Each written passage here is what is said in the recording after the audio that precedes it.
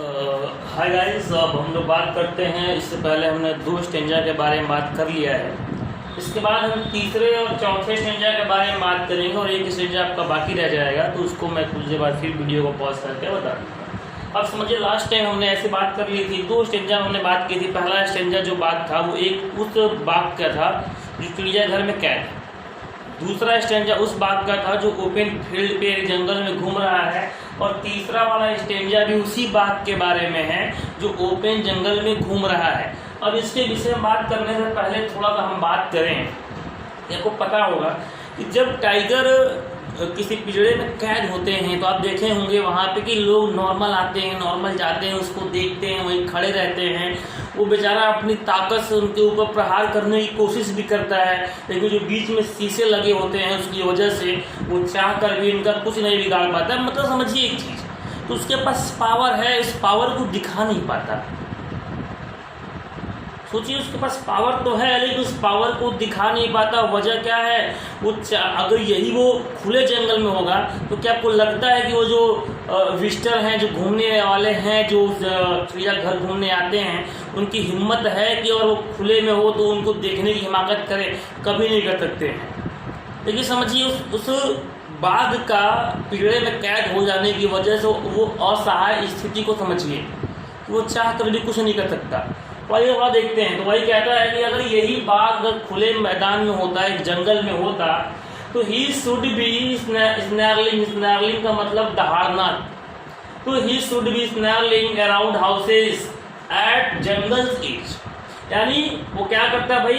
तो around houses यानी उन घरों के चारों तरफ वो स्नैरलिंग करता, यानी दहाड़ता, अपना आवाज सुनाता, गुर्राता, जो घर जंगल के किनारे पर स्थित हैं।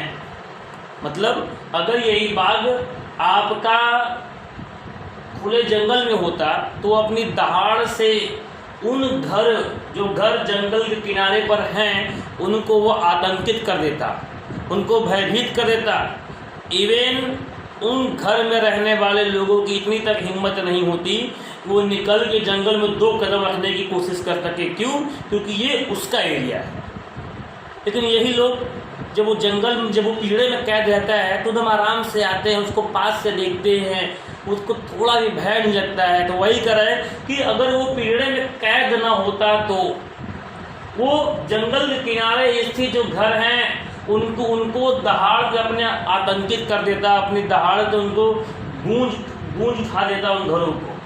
और बेरिंग हिज वाइट फैंग्स, यानी बेरिंग मतलब दिखाना, और बेरिंग हिज वाइट फैंग्स यानी अपने सफेद दांतों को दिखाते हुए और अपने पंजों को दिखाते हुए टेररिजिंग द विलेज यानी गांव वालों को आतंकित कर देता।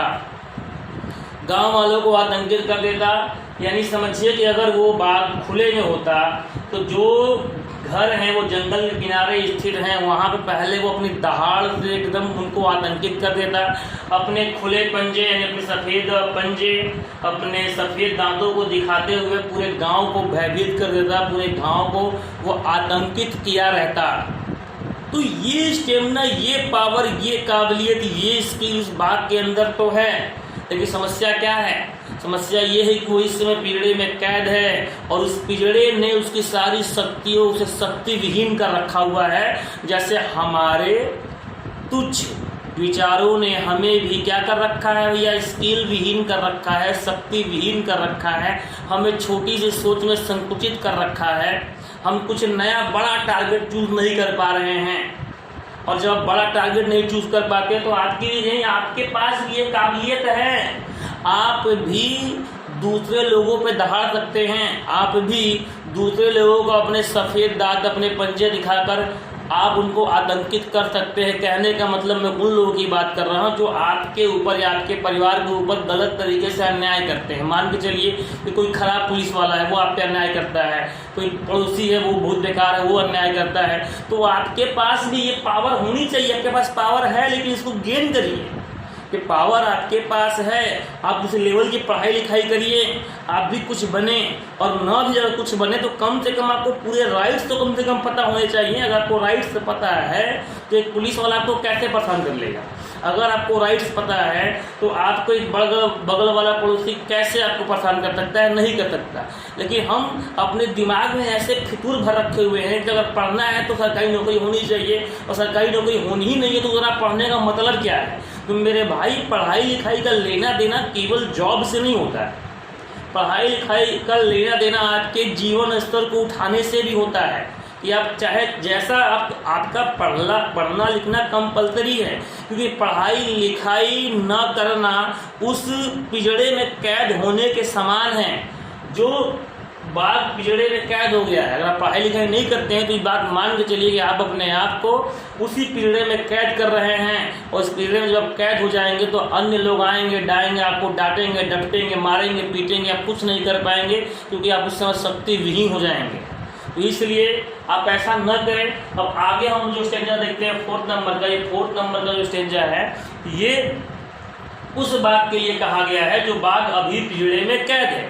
तो पोएट कहता है कि जिस प्रकार से अगर वो खुले में होता तो वो आतंकित कर रहा होता, लेकिन चूंकि ही लॉक्ड, वो कैद है इन अ कंक्रीट सेल, यानी वो सीमेंट ईटा पत्थर से बने हुए एक सेल कमरे में, चूंकि वो कैद है इसलिए हिज स्ट्रेंथ, उसकी ताकत भी जो है बिहाइंड बार्स, यानी उन सलाखों के पीछे ही रह गई है। मतलब वो पिंजड़े में जब कैद है, उस छोटे से दीवार के से बने हुए पिंजड़े में जब कैद है तो उसकी ताकत भी उस पिंजड़े के पीछे ही रह गई है। ठीक वैसे ही अगर आप पढ़ाई लिखाई नहीं करेंगे, आप नहीं पढ़ाई लिखाई का मतलब मित्रों ये नहीं है कि आप उसको डिग्री पास 10th पास करने की मैं बात नहीं कर रहा हूँ, मैं नॉलेज वाली पढ़ाई की बात कर रहा हूँ। अगर आप उसको नहीं करेंगे तो आपकी जो ताकत है वो उस पढ़ाई लिखाई में छिपी हुई है, उसके स्किल्स में छिपी, उस नॉलेज में आपकी भी ताकत छिपी हुई है। ताकत का मतलब मैं बाजू और हाथों की ताकत की बात नहीं कर रहा हूँ, मैं उस ताकत की बात कर रहा हूँ जो केवल पढ़ाई लिखाई एजुकेशन में छिपी हुई है। ठीक, तो वही कर वो भी कहाँ, वो कैद हो जाएंगे। अगर आप नहीं पढ़े लिखेंगे तो एक प्रकार से आपने अपने ताकत को क्या कर दिया हो, सलाखों के पीछे छोड़ देंगे आप। और फिर क्या होता है कि हिज स्टेज बिहाइंड बार, उसका जो ताकत है वो बार के पीछे रह जाता है, यानी उस सलाखों के पीछे ही रह जाता है। वो चाह कर भी उन राहगीर, उन जो लोग उसको टहलने आते हैं उनको डरा तक नहीं पाता है। वजह क्योंकि ताकत तो है लेकिन ताकत सलाखों के पीछे है। और stalking in the length of cages, length of cages यानी उस पिंजड़े की जो भी लंबाई है उस लंबाई में ही वो स्टॉकिंग सही अंदाज में चलता रहता है। और इग्नोरिंग विजिटर, जो घूमने लोग आए हुए हैं, जो उसको देख रहे हैं, जो उसको चिढ़ा रहे हैं, जो उसको ललचा रहे हैं, उनको इग्नोरिंग करता है। वो उनको इग्नोर क्योंकि इग्नोर करने के अलावा उसके पास दूसरा कोई ऑप्शन है ही नहीं। ताकत है लेकिन दिखा नहीं सकता। लेकिन सोचिए वही पिंजड़े से बाहर जो लोग होते हैं, छोटे बच्चे जो होते हैं, वो कुछ चिढ़ा रहे होते हैं, ललचा रहे होते हैं, गुस्सा दिखा रहे होते हैं, और वो अपने शाही अंदाज में उस पिंजड़े में चल रहा होता है, और लेकिन फिर भी वो उनको इग्नोर करता है। इग्नोरिंग विजिटर, वो घूमने वाले को इग्नोर कर देता है, उनके विषय में कुछ भी नहीं कहता है। क्यों? क्योंकि उसकी स्ट्रेंथ क्या है, वो पीछे है। तो वही स्थिति स्टूडेंट्स मित्रों ये हो जाएगा अगर आप पढ़े लिखे नहीं रहे। आज के डेट में एक गरीब ठेला वाला, टेम्पो वाला या कोई दुकान वाला, चाहे सब्जी वाला देखते हैं, उनको पुलिस किसी भी तरीके से उठा ले जाती है, कुछ भी कर लेती है। लोग 4 लोग आके बात बोल जाते हैं। वजह क्या है कि वो पढ़े लिखे नहीं है, और पढ़े लिखे ना होने का मतलब ही होता है कि अपने आप को एक पिंजड़े में कैद कर देने जैसा है। ताकत आपने भी है और आप उसको दिखा नहीं पाएंगे। क्यों? क्योंकि आपने उस ताकत को अपने अंदर लाया ही नहीं, एजुकेशन लिया ही नहीं। एजुकेशन लेने का मतलब मैं 10th और डिग्री की बात नहीं कर रहा। ठीक है दोस्तों, अब हम इसके बाद एक लास्ट स्टेंजा बचा हुआ है, मैं ये वीडियो को पॉज करूँगा, उसको मिटाऊंगा, तो लिख के मैं आपको लास्ट वाला स्टेंजा बता दूंगा, और ये आपके एग्जाम में आएगा। इसलिए आप इसको ध्यान से पढ़े रहेंगे और इससे रिलेटेड क्वेश्चन आंसर पूछा जाएगा और आप इसको बताएंगे। खैर,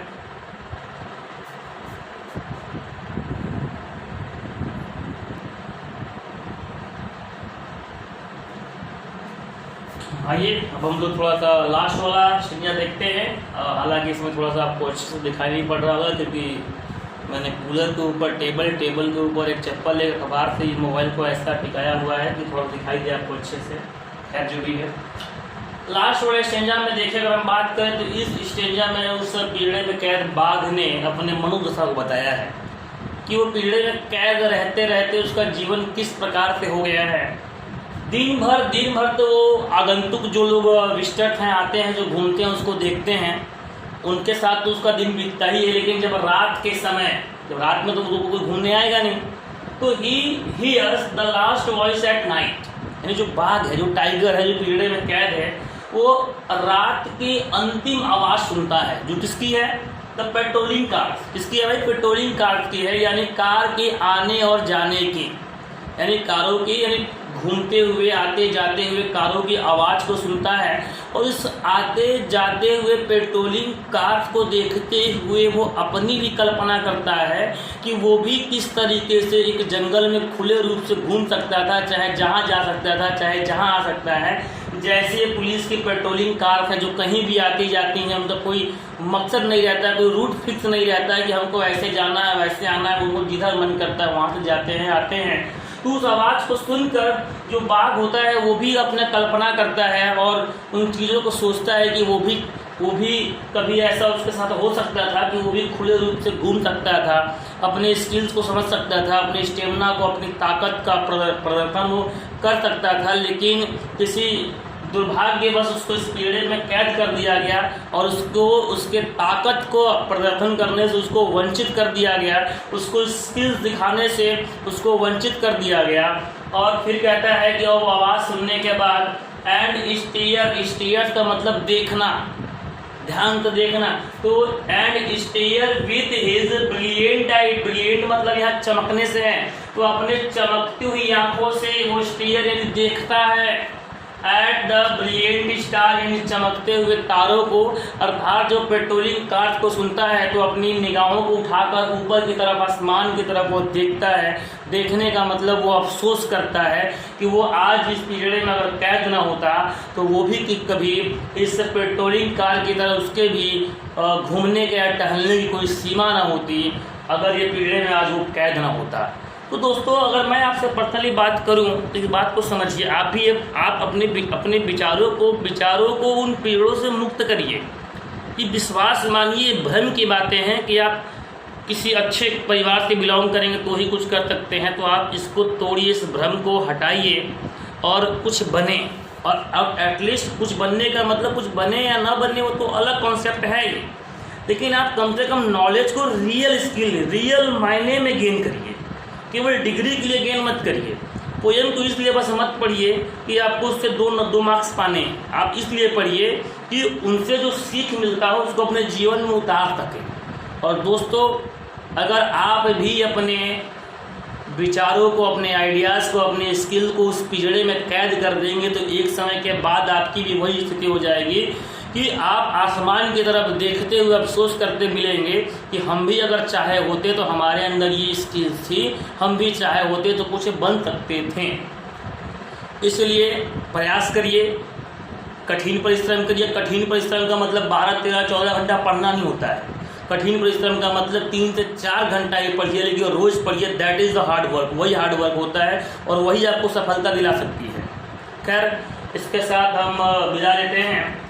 और चूँकि मैं आज आ नहीं पाया था और मुझे पता है कि आपका एग्ज़ाम का इम्पोर्टेंस क्या है मेरे नज़रों में, इसलिए मैंने कहा कि मैं आपको बना कर भेज देता हूँ। और खैर, इसके साथ हम विदा लेते हैं।